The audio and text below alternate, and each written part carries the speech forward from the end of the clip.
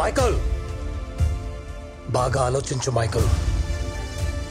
నేను నీకు ఆశ్రయం ఇచ్చాను, ఆయుధాన్ని ఇచ్చాను, కానీ నువ్వు దానికోసం నిలబడుతున్నావు.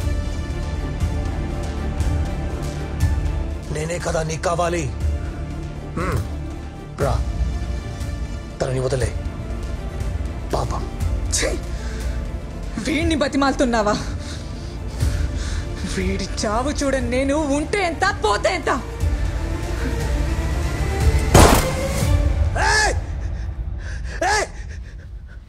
పాపమే సార్, రక్తంతో కడగాల్సిన పాపం.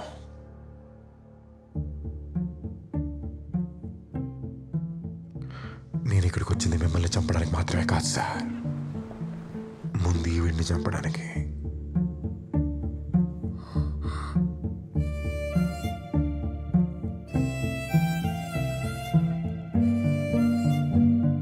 నువ్వు నా సొంత కొడుకు లాంటి వాడివే అనుకున్నాను రా ద్రోహి.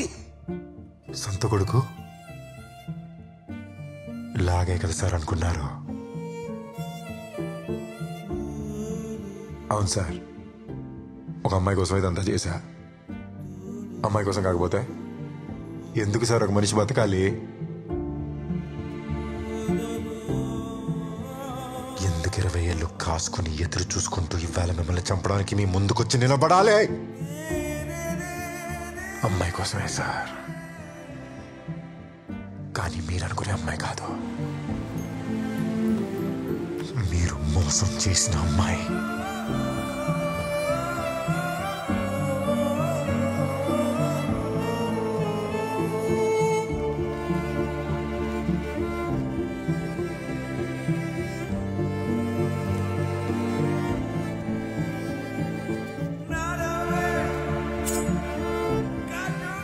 ఈ వయసులో కత్తితో ఏం పనిరా? మా నాన్నను చంపడానికి.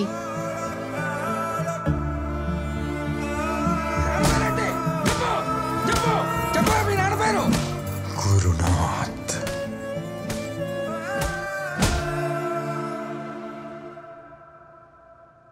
అంటే నువ్వు ఆ జెనిఫర్ కొడుకువా?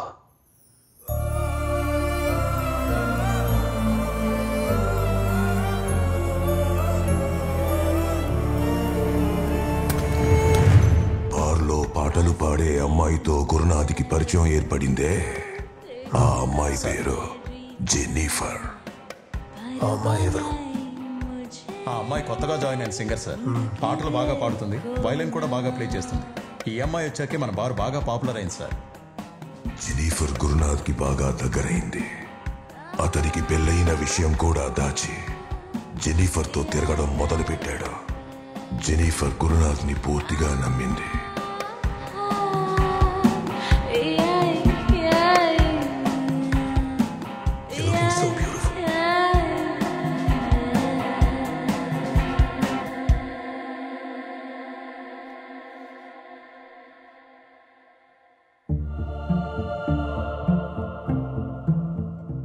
గురునాథ్ వల్ల జెన్నిఫర్ నెల తప్పింది. ఆ తర్వాత గురునాథ్కి పెళ్ళైన విషయం జెన్నిఫర్కి, జెన్నిఫర్ ప్రెగ్నెంట్ అయిన విషయం చారులతకి తెలిసింది.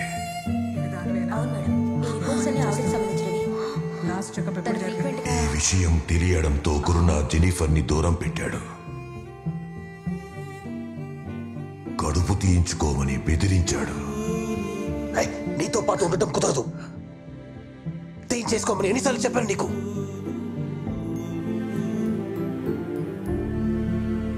నువ్వు నాతో కలవక ముందు ఆలోచించాల్సింది. ద్రోహం చేసి ఇప్పుడొచ్చి మంచి వాళ్ళ నటించడం వల్ల ఉపయోగం లేదు. కొట్టేదంటే చేస్తా పో.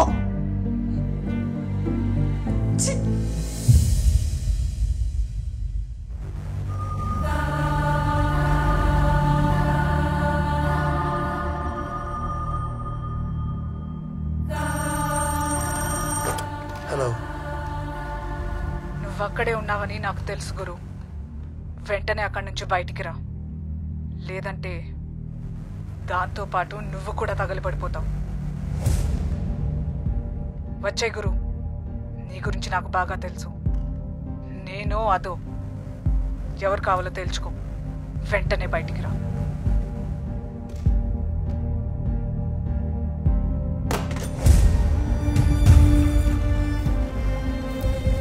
నువ్వు ఎవరితోనైనా పడుకో, కానీ వారసుడు మాత్రం ఒక్కడే ఉండాలి. అది నా బిడ్డై ఉండాలి. జెనిఫర్ ఇంట్లో ఉండగానే చారులత ఇల్లు తగలపెట్టించేసింది.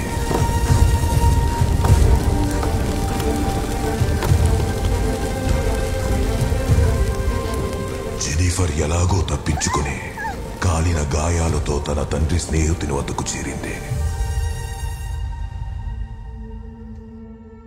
నేను జెన్నిఫర్ని మాట్లాడుతున్నాను. చెప్పమ్మా జెనిఫర్.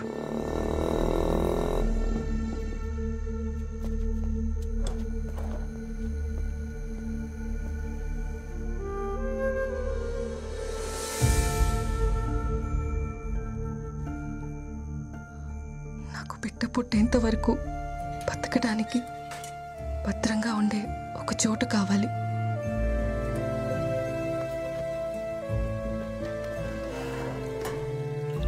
గురునాథన్ నమ్మినందుకు తనకు తానుగా వేసుకున్న శిక్షగా భావించి ఆశ్రయం ఇచ్చిన జైలు నుండి బయటికి వెళ్ళడానికి కూడా ఇష్టపడలేదు. అక్కడే బిడ్డకు జన్మనిచ్చింది.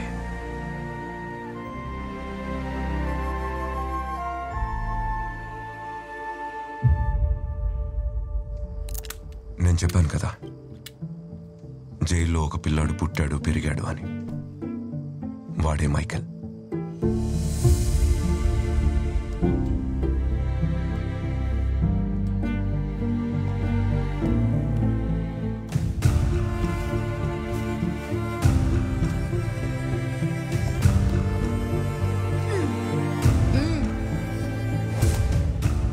వాడికి 13 ఏళ్ళు వచ్చే వరకు అక్కడే ఉన్నాడు.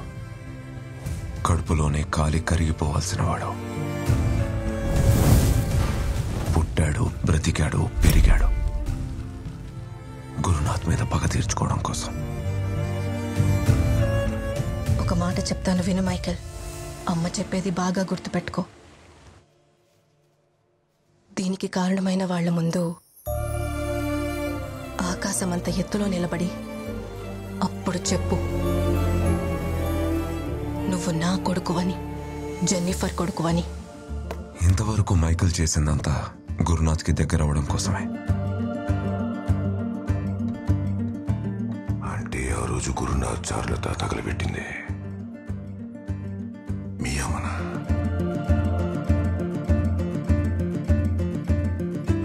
వాడికి వేరే ఆశలంటూ ఏమీ లేవు. వాళ్ళ అమ్మ పడిన కష్టాలకు పగ తీర్చుకోవడం తప్ప.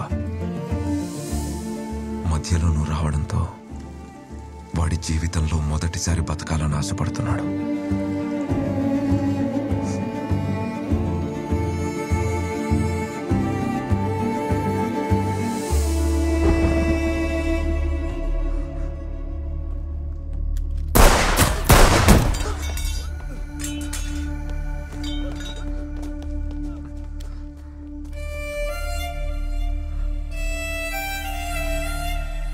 నువ్వు రాకపోయినా వాడు అదే చేసేవాడు.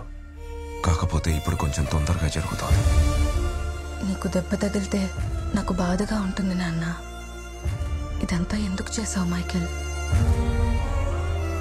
ఇదేనమ్మా, నాకు చాలా బాధగా ఉంది.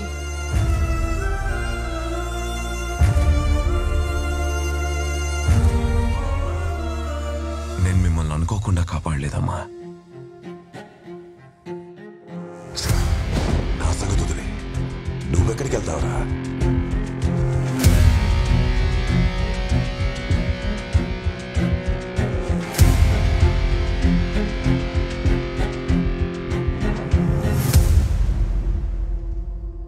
వాడు నిన్ను కాపాడుకోవడానికే నా దగ్గరికి తీసుకొచ్చాడు.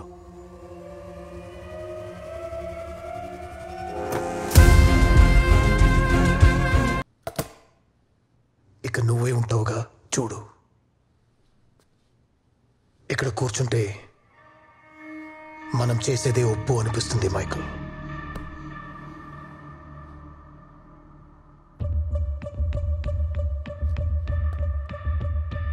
నీలాంటి వాడు ఒకడు ఎదురుగా నిలబడి మనం చేసేది తప్పు అని చెబితే అంతే, ఆ రోజు మన టైం అయిపోయిందని అర్థం. నువ్వు అలా వచ్చావు మైకల్, నువ్వు అలా వచ్చావు.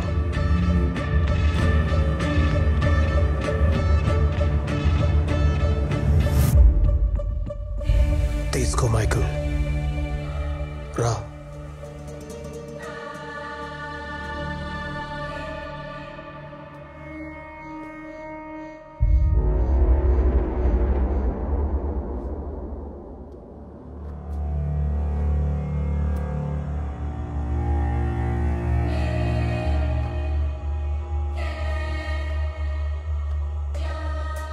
చెప్తున్నా కదా మైకల్, చివరికి నీ చేతిలో నా రక్తపు మరకలే మిగులుతాయని. పర్లేదు సార్, నా పాపాలన్నింటినీ మీ రక్తమే కడుగుతుందంటే అలాగే కానిద్దాం. నువ్వు గురునాథ్కి చేసింది ద్రోహం కదా? గురునాథ్ జెనిఫర్కి చేసిన ద్రోహంతో పోల్చుకుంటే నేను చేసింది పెద్ద ద్రోహమేం కాదు. మన్నించేటప్పుడు మనం దేవుడు అవుతాం మైకేల్. నాకు దేవుణ్ణి అవ్వాలని ఆశ లేదమ్మా. నేను మనిషిగానే ఉంటా. నేను దేవుణ్ణి కాదు, మిమ్మల్ని ఎప్పటికీ క్షమించలేను.